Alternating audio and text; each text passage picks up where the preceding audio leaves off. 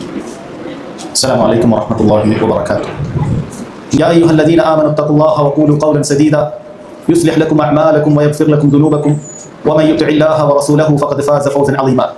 أما بعد فإن خير الكلام كلام الله وأحسن الحديث حديث محمد صلى الله عليه وسلم وشر الأمور محدثاتها وكل محدثة بدعة وكل بدعة ضلالة وكل ضلالة في النار. രണ്ടാമത്തെ പോയിന്റ് ലൈംഗിക ബന്ധത്തിൽ ഏർപ്പെടുക എന്നുള്ളതാണ്. ഇത് നോമ്പ് മുറിക്കുന്ന കാര്യമാണെന്നുള്ളതിൽ എന്തില്ല, സംശയമില്ല. നോമ്പ് മുറിക്കുന്ന കാര്യമാണ്. കാരണം നോമ്പ് മുറിക്കുന്നതിൻ്റെ ഉസൂലിയായ കാര്യമായിട്ടാണ് ഇത് പറയുന്നത്. ഇപ്പോൾ ഇത് കടുത്ത തെറ്റാണ്. അതുപോലെ തന്നെ അതിൻ്റെ പ്രായശ്ചിത്വവും കടുത്തതാണ്. അല്ലാഹു സുബ്ഹാനഹു വ തആല പറഞ്ഞിട്ടുണ്ട്, ഉഹില്ല ലക്കും ലൈലത്ത സിയാമി റഫസു ഇലാ നിസാഇക്കും. അല്ലാഹു സുബ്ഹാനഹു വ തആല നോമ്പിൻ്റെ രാത്രിയിൽ സ്ത്രീകളുമായിട്ടുള്ള ബന്ധം റബ്ബ് സുബ്ഹാനഹു വ തആല എന്ത് ചെയ്തിട്ടുണ്ട്, നിങ്ങൾക്ക് അനുവാദം നൽകിയിട്ടുണ്ട്. അപ്പോൾ സ്വഹാബികൾ ആദ്യം ധരിച്ചിരുന്നത് നോമ്പിൻ്റെ രാത്രിയിൽ പോലും സ്ത്രീ പുരുഷ ഭാര്യ ഭർത്തൃ ബന്ധം പാടില്ല എന്നാണ്. പക്ഷെ അവർ പലപ്പോഴും അത് ചെയ്തിരുന്നു, അവർക്ക് അതിനുള്ള പശ്ചാത്താപം ഉണ്ടായിരുന്നു. പക്ഷെ അല്ലാഹു സുബ്ഹാനഹു വ തആല പറഞ്ഞു, നിങ്ങൾ അതിൻ്റെ ആവശ്യമില്ല. അല്ലാഹു സുബ്ഹാനഹു വ തആല രാത്രി നിങ്ങൾക്ക് അനുവദിച്ച് തന്നിട്ടുണ്ട്. എന്നാൽ പകല് അത് സംഭവിക്കുകയാണെങ്കിൽ അത് പാടില്ല എന്നുള്ളതാണ്. അങ്ങനെ ലൈംഗിക ഭാര്യ ഭർത്താക്കന്മാർ ലൈംഗിക ബന്ധത്തിൽ ഏർപ്പെടുക എന്നുള്ളത് സഹോദരങ്ങളെ കടുത്ത തെറ്റാണ്.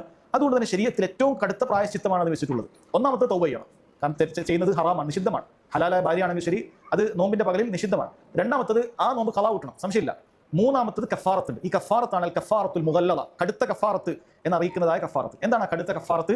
റസൂലുള്ളാഹി സ്വല്ലല്ലാഹു അലൈഹി വസല്ലം എന്നുള്ളൊരു ഹദീസാണ് നിങ്ങൾ കാണുന്നത്. ആ വലിയൊരു ഹദീസ് ആയതുകൊണ്ട് തന്നെ അതിന്റെ ആശയം പറയാണ്. അത് നമുക്ക് എന്ത് ചെയ്യുന്നില്ല, സമയം അനുവദിക്കുന്നില്ല. ഇമാം ബുഖാരി മുസ്ലിം ഒക്കെ ഉദ്ധരിച്ച ഹദീസാണ്. ഒരു മനുഷ്യൻ വന്നുകൊണ്ട് റസൂലുള്ളാഹിയോട് പറയുന്നു, ഹലത്തു യാ റസൂലല്ലാഹ്, അല്ലാഹു റസൂലെ ഞാൻ നശിച്ചു. അവൻ ചോദിച്ചു, വമാ അഹ്ലകക, എന്താണ് നിന്നെ നശിപ്പിച്ചത്? അയാൾ പറഞ്ഞു, ഞാൻ എൻ്റെ ഭാര്യയുമായി ബന്ധപ്പെട്ടു റമളാന്റെ പകലിൽ. നബി സല്ലല്ലാഹു അലൈഹി വസല്ലം എന്ത് ചെയ്തു? അയാൾ ചോദിച്ചു, നിനക്ക് ഇത്ക്ക് ചെയ്യാൻ അഥവാ അടിമകളെ മോചിപ്പിക്കാൻ സാധിക്കുമോ എന്ന് ചോദിച്ചു. ഇന്ന് നമുക്ക് അടിമകളില്ലാത്തതുകൊണ്ട് ഈ ഒരു കഫാറത്ത് നമുക്ക് അനുവാദം സാധിക്കില്ല.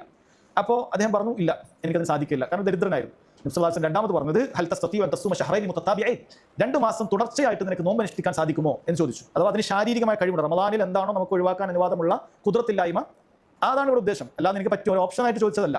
അത് അടിമയെന്ന് മോചിപ്പിക്കാത്തത് കൊണ്ട് ഇന്ന് നമുക്കിത് പറയാൻ സാധിക്കും. ഇങ്ങനെ ഒരാൾക്ക് സംഭവിച്ചാൽ ഒന്നാമത് അയാൾ ചെയ്യേണ്ടത് 2 മാസം തുടർച്ചയായി നോമ്പെടുക്കുക. 2 മാസം എന്ന് പറഞ്ഞാൽ 2 അറബി മാസം. 2 അറബി മാസം എപ്പോഴാണ് തുടങ്ങുന്നത് അത് എടുക്കുക. അപ്പോൾ 2 മാസം എന്ന് പറയുമ്പോൾ ഒന്നുകിൽ 29, 30, 59 ഉണ്ടാവാം, അല്ലെങ്കിൽ 30, 30 ഉണ്ടാവാം, 29, 29 ഉണ്ടാവാം, 58, 50, 59, 60 മാസം കാണുന്നതിനനുസരിച്ചിട്ട് ഇത്രയും ദിവസങ്ങൾ തുടർച്ചയായി നോമ്പെടുക്കണം. ഇങ്ങനെ ശരീരത്തിൽ ഇല്ല. അപ്പോൾ തുടർച്ചയായി നോമ്പെടുക്കണം എന്ന് പറയുമ്പോൾ അതിൻ്റെ ഇടയിൽ ഒരു ദിവസം ഗ്യാപ്പില്ല.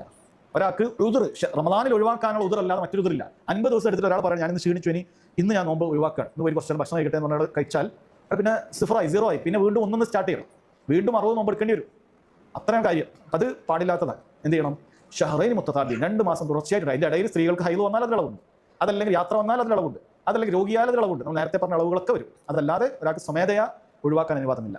ഇനി ഒരാൾക്ക് അതിന് സാധിക്കുന്നില്ല, ശാരീരികമായി കഴിയാത്തൊരുവനാണ് എങ്കിൽ അയാൾ ചെയ്യേണ്ടത് വിശ്വാസം പറഞ്ഞത് ഫഹൽ തജ്ദു ഇത്ആമ സിത്തീന മിസ്കീന. ഈ വന്ന വ്യക്തി വളരെയധികം ശാരീരികമായി കഴിവ് നോമ്പെടുക്കാൻ പറ്റാത്ത ഒരാളാണ്. 60 സാധുക്കൾക്ക് ഭക്ഷണം കൊടുക്കാൻ പറ്റുമെന്ന് ചോദിച്ചു. അപ്പോൾ ആ വ്യക്തി പറഞ്ഞു, അതും കഴിയില്ല, കാരണം ദരിദ്രനാണ്, സാമ്പത്തികമായി കഴിവില്ല. നബി സല്ലല്ലാഹു അലൈഹി വസല്ലം എന്ത് ചെയ്തിട്ടുണ്ട്? അകത്തുനിന്ന് പോയിട്ട് ഒരു കൊല ഈത്തപ്പഴം എടുത്തിട്ട് പറഞ്ഞു, നീ ഇത് കൊടുത്തോ, നബി സല്ലല്ലാഹു അലൈഹി വസല്ലം നീ 60 സാധുക്കൾക്ക് കൊടുത്തോളൂ എന്ന് പറഞ്ഞു. അപ്പോൾ അദ്ദേഹം പറഞ്ഞു, മദീനയിൽ എന്നെക്കാളും ദരിദ്രനായിട്ട് ആരുമില്ല, ഞാനിത് ആർക്കാണ് കൊടുക്കേണ്ടത്? പാവപ്പെട്ടവർക്കല്ലേ കൊടുക്കേണ്ടത്. അതുകൂടി കേട്ടപ്പോൾ നബി സല്ലല്ലാഹു അലൈഹി വസല്ലം ഇങ്ങനെ ചിരിക്കുകയുണ്ടായി. എന്നിട്ട് പറഞ്ഞു, നീ നിന്റെ കുടുംബത്തിൽ തന്നെ. അതായത് സംഭവം ഇയാൾക്ക് തന്നെയാണ് അവസാനം കിട്ടിയത്. അത് ഈ വ്യക്തി അങ്ങനെ ആയതുകൊണ്ടാണ്. അതല്ല എങ്കിൽ നോമ്പെടുക്കേണ്ടി വരും. അത് അത്രയും ഹുർമത്ത്, പവിത്രത അല്ലാഹു സുബ്ഹാനഹു വ തആല റമളാന്റെ പകലിൽ നൽകിയിട്ടുണ്ട്. എന്നാൽ രാത്രി അനുവദനീയമാണ്, രാത്രിയിൽ അനുവദനീയമാണ്. ഇനി അതുമായി ബന്ധപ്പെട്ട ചോദ്യങ്ങൾ. ഒന്ന്, ഭാര്യയും ഈ പ്രായശ്ചിത്തം ചെയ്യേണ്ടതുണ്ടോ? ഭാര്യ ഇത് അനുവദിച്ചുകൊണ്ടാണ്, അതോ ഭാര്യയുടെ സമ്മതത്തോടു കൂടിയാണ് ഇത് ചെയ്തത് എങ്കിൽ ഭാര്യയ്ക്കും ഇതേ കഫാറത്തുണ്ട്, ഇതേ കഫാറത്ത് ഭാര്യയ്ക്കുണ്ട്. 2, ഒരു പകലിൽ ഒന്നിലധികം തവണ ബന്ധപ്പെട്ടു. അങ്ങനെയാണ് എങ്കിൽ പണ്ഡിതന്മാർ പറയുന്നത്, ഒന്നാമത്തെ കഫാറത്ത് ഒരാൾ വീട്ടിയിട്ടില്ല എങ്കിൽ അയാൾക്ക് 2നും കൂടി കഫാറത്ത് തന്നെ മതി. ഒന്നാമത്തെ കഫാറത്ത് വേണമെങ്കിൽ ഇപ്പോൾ അടിമയെ മോചിപ്പിക്കുന്നതായിരിക്കും പെട്ടെന്ന് ചെയ്യാൻ പറ്റുക. അങ്ങനെ ഇപ്പോൾ സംഭവിക്കുന്നില്ല. അപ്പോൾ 2നും കൂടി 1 മതി. എന്നാൽ വ്യത്യസ്ത ദിവസങ്ങൾ ബന്ധപ്പെട്ടു എങ്കിൽ അവിടെ തീർച്ചയായും ഓരോ ദിവസത്തിനും 2 മാസത്തെ നോമ്പ് എടുക്കേണ്ടി വരും. ഓരോ ദിവസത്തിനും 2 മാസത്തെ നോമ്പ് എടുക്കേണ്ടി വരും. അടുത്തത് മനസ്സിലാക്കേണ്ട കാര്യം, പൂർണ്ണമായ ലൈംഗിക ബന്ധത്തിൽ ഏർപ്പെട്ടിട്ടില്ല എങ്കിൽ ഇത് കഫാറത്ത് വരുന്നില്ല എന്ന്. അഥവാ 2 പേരുടെയും ലൈംഗിക അവയവങ്ങൾ പരസ്പരം കൃത്യമായി പ്രവേശിപ്പിക്കുന്ന അവസ്ഥയിൽ ചെയ്താൽ മാത്രമേ ഉള്ളൂ ഈ കഫാറത്ത്. അതല്ലാത്ത വല്ലതും സംഭവിച്ചിട്ട് മനി പോയതാണ് എങ്കിൽ അവിടെ നോമ്പ് മുറിയുന്നതാണ്, വളരെ ഗൗരവമുള്ള കാര്യമാണ്. തൗബ ഒക്കെ ചെയ്യണം. പക്ഷേ ഈ കഫാറത്ത് വരുന്നില്ല. കഫാറത്ത് വരണമെങ്കിൽ ലൈംഗിക ബന്ധത്തിൽ പ്രവേശിക്കണം. അങ്ങനെ പ്രവേശിച്ചതിന് മനി വന്നിട്ടില്ലെങ്കിൽ പോലും അത് എന്ത് ചെയ്യും? നോമ്പിനെ മുറിക്കുകയും ഈ കഫാറത്ത് നിർബന്ധമാക്കുകയും ചെയ്യും.